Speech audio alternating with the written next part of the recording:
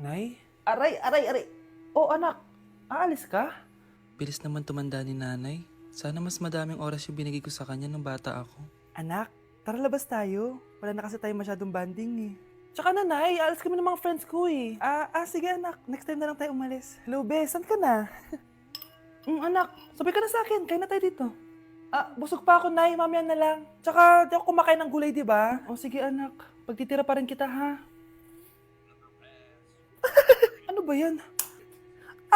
Ano ba yan, Nay? Anak, hindi ka pa natutulog? Tingnan mo nga itsura mo. Wala namang pasok bukas, di ba? Sige na, good night na. Patay mo ilaw, Nay. O sige anak, good morning. Sana gising ka din kapag gising ako. Anak, samahan mo ako magpa-check up. Nay, hindi ako pwede. May gagawin ako assignment to. Sige anak, ako na lang mag-isa. Galingan mo dyan ha. Huy anak, aalis ka ba? May time ka ba, Nay? Tara, alis tayo. Libre kita. Sige. Tara. Babe, matutulog na ako Bakit ka matutulog? Sabi na may kabit ka no? Babe, inaantok lang ako. Umamin ka na! Siguro nakikita ko yung nakabit mo doon sa palagirip mo, no? Siguro may mga anak kayo doon. Masaya kayong pamilya. Tapos ako walang kaalam-alam. Babe, huwag kang matutulog. A few moments later. Babe, skincare lang ako skincare. Sige lang. Tapos popogi ka lalo. Tapos may magkakagusto sa'yo. Tapos papatulan mo kasi mas maganda siya sa akin. Tapos magkikipaghiwalay ka sa akin. Babe, ano ba? Tapos di ako mabubuhay na maayos. Magkakasakit ako. Mamamatay ako. Tay? O anak, si nanay kasi kahapon pwede umuwi. Ano na kaya nangyari doon? Busy lang yung nanay mo. O siya, may good news ako sa'yo. Malapit na tayong yumaman. Anong ibig sabihin nun, Tay? Basta, hintayin mo na lang. Opo, Tay. Mabibili mo na lahat ng gusto mo, anak. Nasaan na kaya si nanay?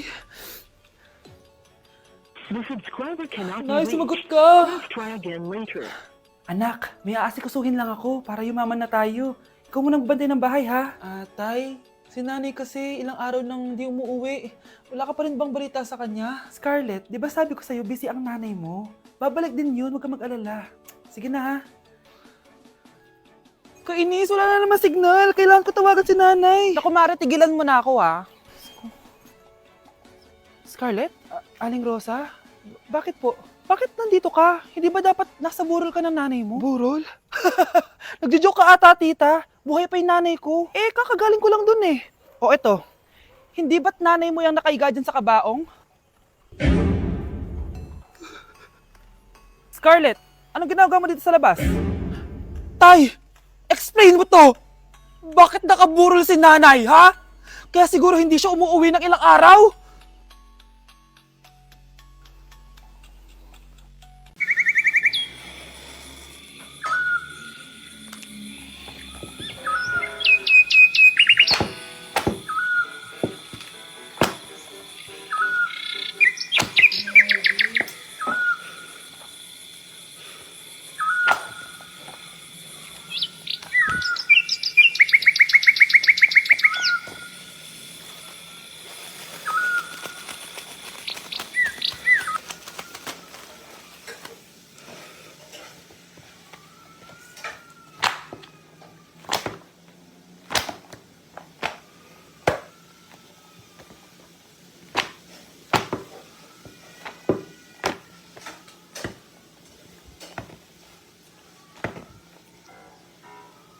Hala, nalipat na naman ako.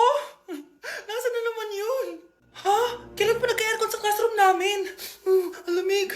Class, bring out your iPad and Apple Pencil. Mag-lecture tayo, okay? Kopyahin niyo yung nasa projector. Ano daw? iPad na gamit ngayon? Grabe, ang hiyaman naman ng mga tao dito. Ma'am, pwede mo ba ako magsulat sa notebook? Ha? Wala kang iPad? Class, di ba nasa school requirement natin na dapat may iPad kayo, okay? So, babalik ka na sa nanay mo. Di na uso yung notebook dito. Wala naman kami pambili nun class, i-share nyo naman kung saan kayo pumupunta tuwing weekends. Ma'am, nasa Japan po kami tuwing weekends kasi malamig dun tapos may snow pa. Ma'am, sa Paris po kami. Nandun po kasi yung Eiffel Tower tapos sila mami po kasi mahilig mag-shopping dun Lu, ang Ang bongga naman ng mga to. Oh, ikaw Scarlett. Sa kwarto ko lang po ma'am. Kailangan po ba umalis? Hindi naman. Siguro mas gusto ni Scarlett yung nagpapahinga siya sa magandang kwarto niya. Class, magkukulak ako ng class funds ha? 1,000 each student lang. Ha? 1,000 yung class funds dito? Ma'am, card po yung mode of payment ko. Sure, patap na lang. Ayan. Ma'am, ako din po card. Ayan, okay na. Wala na akong pera. Ma'am, pwede ba ako bumalik sa dati kong school? Ang yayaman kasi ng mga tao dito eh. Ay, ganun ba? O sige, i-drop na lang kita ha. O ito po ma'am, card na lang. National ID.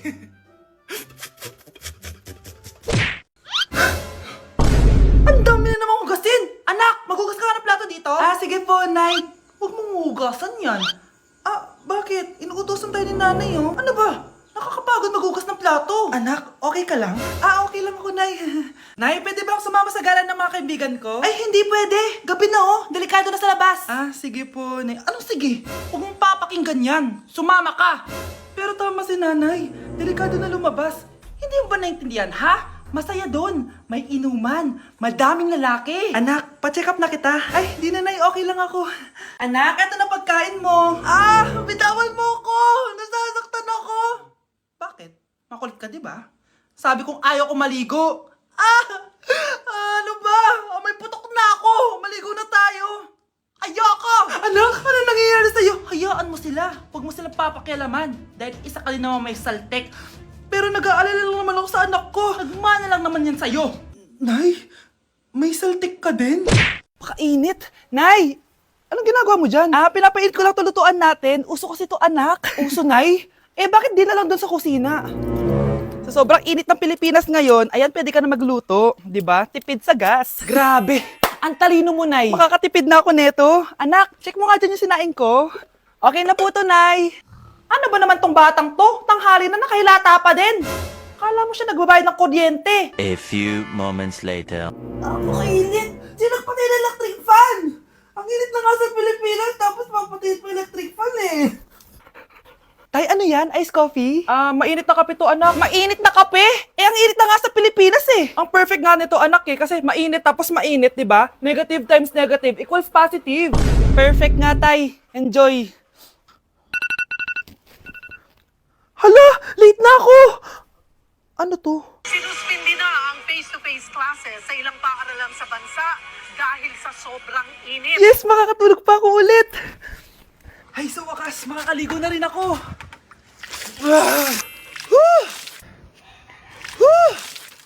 Hi, Cheska! Hi! Alam mo ba kung bakit mainit sa Pilipinas? Bakit? Kasi, hot ako! Pero natabo. Yan! Ang init-init na ka sa Pilipinas tapos mag-joke ka pa ng ganyan! Sungit!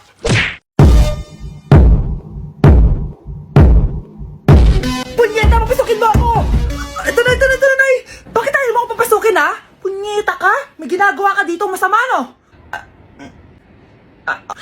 Sino naman to? Ako po yung boyfriend mo to, no? Umamit ka na! Hindi ko boyfriend yan, Nay! Bakla yan! Napagkamalan pa ako straight! Ew! Mudra Kels mo? Oo, mama ko. Akala ko Lola May. Sorry, tita, kung nagulat kita. O siya na, Gora Belt na Akis. O diba, Nay, sabi ko sa'yo eh. Bakla yun eh. Ate, patay na natin to. Nakakatakot pala to. Parang mukha mo. Hala, ano sinasabi mo? Ikaw nga tong nakakatakot yung ugali. Ano bakit? Ikaw nga to parang hindi pa nakamubon sa pagiging jeje mo. Bakit? Ano ba problema mo? Yung itsura mo, aesthetic ako. Ikaw. Ako, Jejemon ako. Ikaw. Body yung makeup ko. Ikaw. OG look ako. Yung nanay mo nga naging ganito din eh. Ikaw. Mamahalin ng bag ko. Ikaw. Domokun yung bag ko. Ikaw. Naka-iPhone ako, kaya malinaw ang mga pictures ko. Ikaw. Hala, tatlong camera. Ako, meron akong housing. 3310. Kahit ipukpok mo to sa kokote mo, hindi masisira. Ikaw. Wireless ang earphones ko with noise cancelling pa. Ikaw. Ano yung noise cancellation? Meron din ako niyan. May wire pa. Ikaw. Ito, siguradong wala ka neto. May Apple Watch ako. Touchscreen pa to. Ikaw. May ganun? Ako meron akong G-Shock, waterproof. Kahit ibabad mo pa to sa... Ganun. Ayaw mo talaga magpatalo, no? Sige, mag-lip sync battle na lang tayo. Basic. Tara.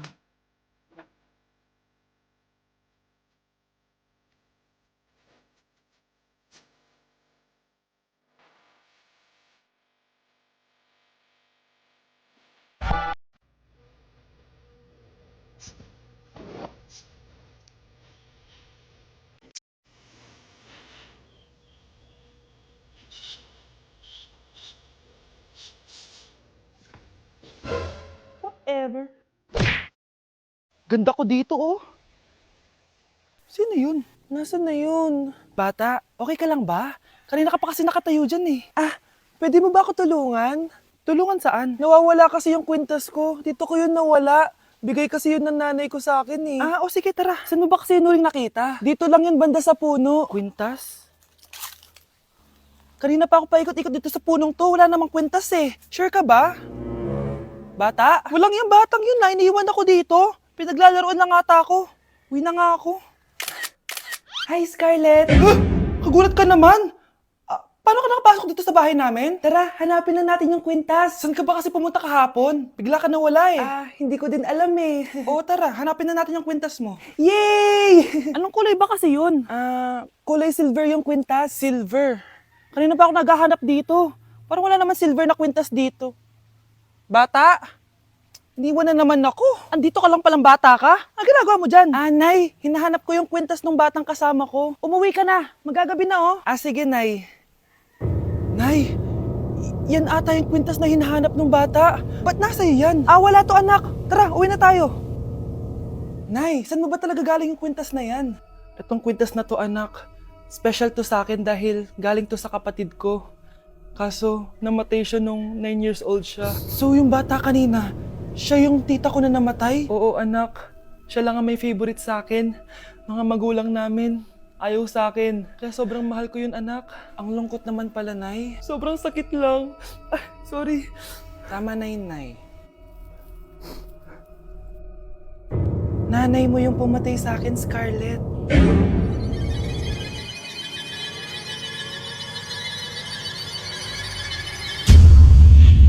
Nakikiramay po ako sa pagkawala ng asawa niyo. Masakit para sa amin ang pagkawala niya. Kailan pala namin makukuha yung mga ipapamana niya sa amin? Ipaprocess pa po namin yun, ma'am. I-update na lang po namin kayo. Sige po, attorney. Sakit ng pagkawala niya. Nay, tignan mo oh. May medal ako. Oh, ano namang paki ko dyan? Di ka ba proud sa akin? Hindi. At wala akong paki sa'yo. Iniwan ka na ng tatay mo, di ba?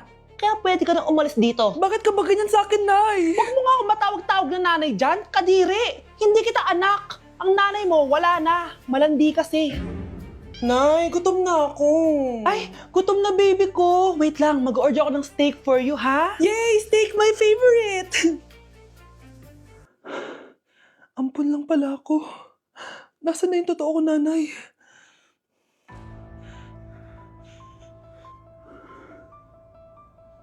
Tulog sila.